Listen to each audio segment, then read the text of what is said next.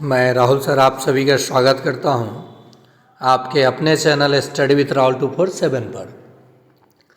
जैसा कि आप सभी को इसके पहले वीडियो में मैं बता चुका हूं कि जितने भी शिक्षक उत्तीर्ण किए हैं और उनका काउंसलिंग सफलतापूर्वक हो गया है, तो उन सभी शिक्षकों को नियुक्ति पत्र यानी प्रोविज़नल नियुक्ति पत्र 26 मार्च से मिलेगा और उनको योगदान 1 अप्रैल से करना होगा।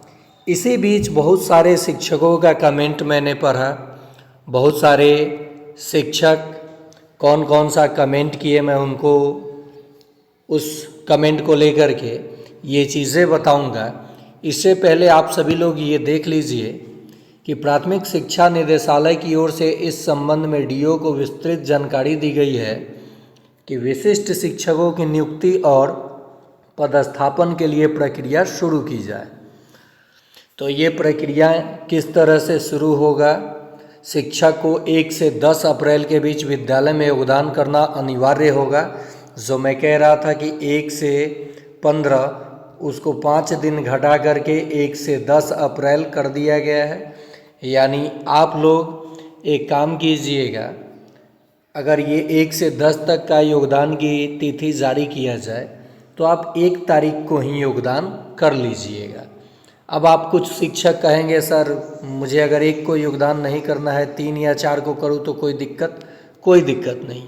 आप 1 से 10 के बीच में कभी भी योगदान कर लेंगे, उसमें कोई आपको दिक्कत नहीं होगा। लेकिन इंक्रीमेंट का नियम होता है कि प्रथम इंक्रीमेंट 6 माह पे आपको मिलना होता है। लेकिन ये सरकार ही डेट जब रख रहा है तो यहाँ 1 को अगर योगदान करते हैं तो जुलाई वाला इंक्रीमेंट मिल जाएगा। अब 3, 4 या 6 या 8 को योगदान करते हैं तो इंक्रीमेंट मिलेगा या नहीं मिलेगा, इस पर मैं अभी स्पष्ट नहीं कर सकता हूँ। जबकि 1 से 10 के बीच जो भी योगदान करेंगे उनको पहला इंक्रीमेंट जुलाई में मिल जाएगा। इसको लेकर के मैं अलग से जानकारी दे दूँगा।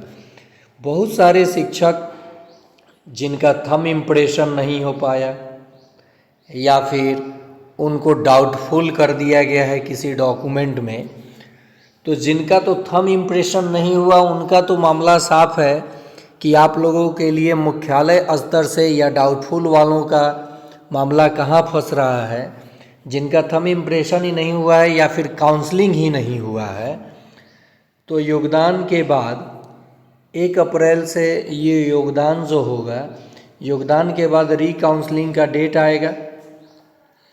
कहा गया था कि मुख्यालय स्तर से एक पुनः डेट निकाला जाएगा। जो भी शिक्षक सक्षमता 4 वाले या 3 वाले, 1-2 में जिनका छूटा है उनका नहीं हो पाएगा। जिनका 3 और 4 में थंब इम्प्रेशन छूटा है या काउंसलिंग नहीं हो पाया है किसी कारणवश, उनका रीकाउंसलिंग होगा। कब होगा? तो इन शिक्षकों के योगदान के बाद। और जो शिक्षक डाउटफुल हो चुके हैं किसी डॉक्यूमेंट में, तो आपको रिसीविंग मिल चुका है। आपको रिसीविंग मिल चुका है। किन किन डॉक्यूमेंट में क्या कारण है, कॉज भी लिखा गया है। तो अभी मैं ये स्पष्ट नहीं कर पा रहा हूँ कि आपका रीकाउंसलिंग होगा या डायरेक्ट योगदान होगा। योगदान के बाद भी वेरिफिकेशन हो जाएगा आपके डॉक्यूमेंट का।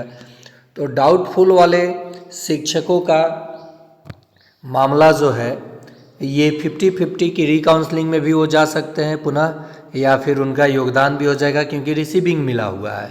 तो इसको लेकर के मैं पूरी जानकारी के साथ आपको वीडियो बना करके प्रोवाइड कर दूंगा। और जिनका सक्षमता 3 में काउंसलिंग ही नहीं हुआ, थंब हो गया, और 4 में थंब हो गया, काउंसलिंग नहीं हुआ, तो आपके लिए मुख्यालय स्तर से एक डेट जो आएगा उसकी अपडेट के लिए आप इस चैनल को सब्सक्राइब कर लीजिए और बेल आइकन प्रेस कर लीजिए। जैसे आएगा मैं आपको अप टू डेट दे दूंगा।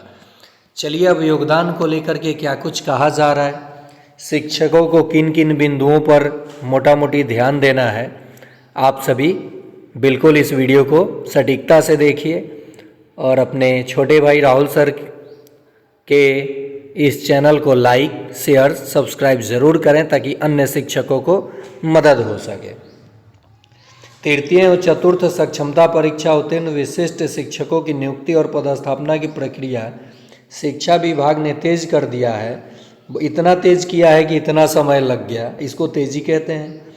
प्राथमिक शिक्षा निदेशालय की ओर से इस संबंध में डीओ को विस्तृत दिशा निर्देश जारी किए गए हैं ताकि समयबद्ध तरीके से पूरी प्रक्रिया संपन्न कराई जा सके।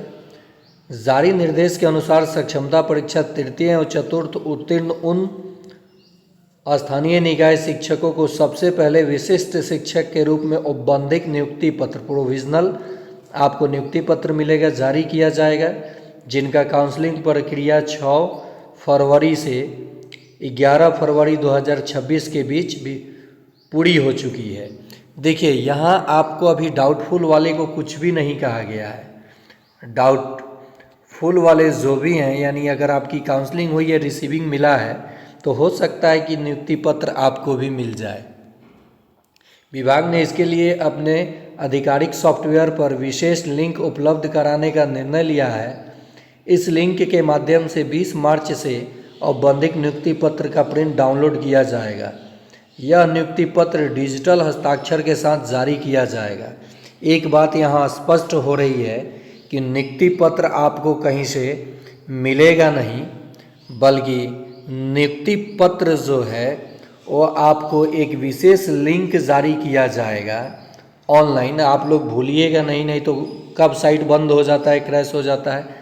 लिंक जारी किया जाएगा और उस लिंक के माध्यम से आप अपना नियुक्ति पत्र कहीं से बटाएगा नहीं, आप डाउनलोड कीजिएगा, उस पर डिजिटल हस्ताक्षर होगा। इसका मतलब डाउटफुल वालों का भी नियुक्ति पत्र अपलोड होगा। देखिए 20 मार्च से औपबंधिक नियुक्ति पत्र का प्रिंट डाउनलोड किया जाएगा। यह नियुक्ति पत्र डिजिटल हस्ताक्षर के साथ जारी किया जाएगा। शिक्षा विभाग के निर्देश में कहा गया है कि सभी विशिष्ट शिक्षकों का पदस्थापना फिलहाल उसी विद्यालय में किया जाएगा जहां वो पहले से कार्यरत हैं। यानी नियुक्ति के बाद शिक्षकों को नए विद्यालय में जाने की आवश्यकता नहीं होगी, लेकिन पदस्थापना का अलग से आदेश निर्गत किया जाएगा।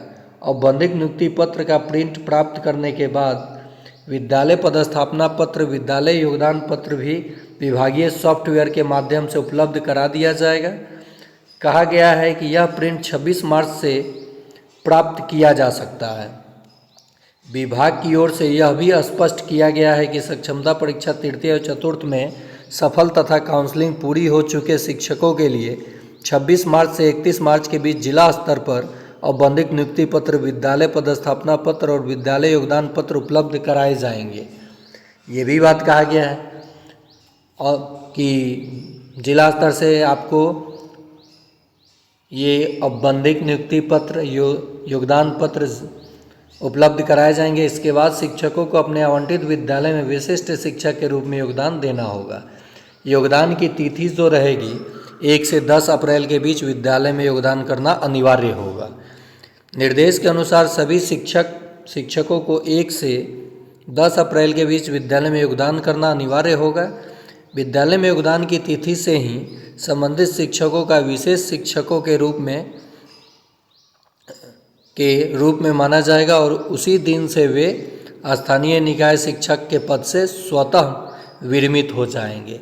शिक्षा विभाग ने यह भी स्पष्ट किया है कि विद्यालय में योगदान देने की तिथि से ही संबंधित शिक्षक का विशिष्ट शिक्षक के रूप में वेतनदेय होगा। इसके लिए अधिकारियों की पूरी प्रक्रिया को पारदर्शी और समयबद्ध तरीके से पूरा कराने का निर्देश दिया गया है। देखिए जितने भी आप सभी नियोजित शिक्षक हैं, एग्ज़ाम पास कर चुके हैं, विशिष्ट बनने जा रहे हैं, तो आप लोगों ने प्रमोशन का भी पत्र भरा होगा, बीआरसी को दिया होगा। तो प्रमोशन से क्या कुछ लाभ होगा नियोजित शिक्षकों को? आप विशिष्ट में चले जाएंगे तो आपको क्या हानि होगा या लाभ होगा? इन सभी चीज़ों की जानकारी आप प्राप्त करना चाहते हैं तो सब्सक्राइब कीजिए जीके स्टडीज़ चैनल को। ये सारी जानकारी आपको सटीकता से मेरे द्वारा दी जाएगी। जानकारी अच्छी लगी हो तो ठोकिए लाइक और कीजिए शेयर अपने शिक्षक साथियों के पास। पुनः मैं दूसरा कोई भी अप टू डेट आता है तो आप सभी तक पहुंचाने का 100% प्रयास करूँगा ताकि आपको अप टू डेट मिल सके और आप समय के अंदर ही अपना कार्य करा सकें। धन्यवाद।